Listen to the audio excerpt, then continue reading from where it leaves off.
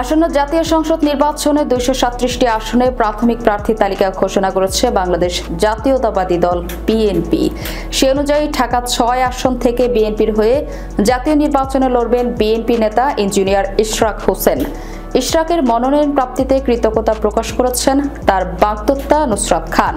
এক ফেসবুক পোস্টে নুসরাত খান লিখেছেন, আমি ঢাকা 6 তথা বাংলাদেশের সকল জনগণের প্রতি গভীরভাবে কৃতজ্ঞ, যারা ইশরাকের এক প্রতি অগাধ ভালোবাসা ও সমর্থন প্রকাশ করেছেন।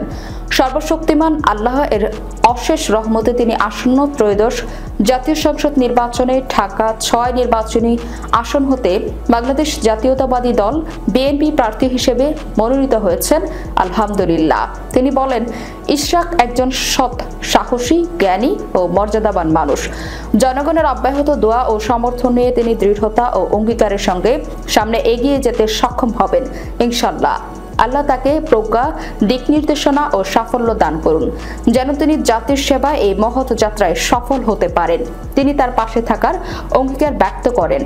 সম্প্রতি ইশরাক ও নুসরাতের বাগদান সম্পন্ন হয়েছে।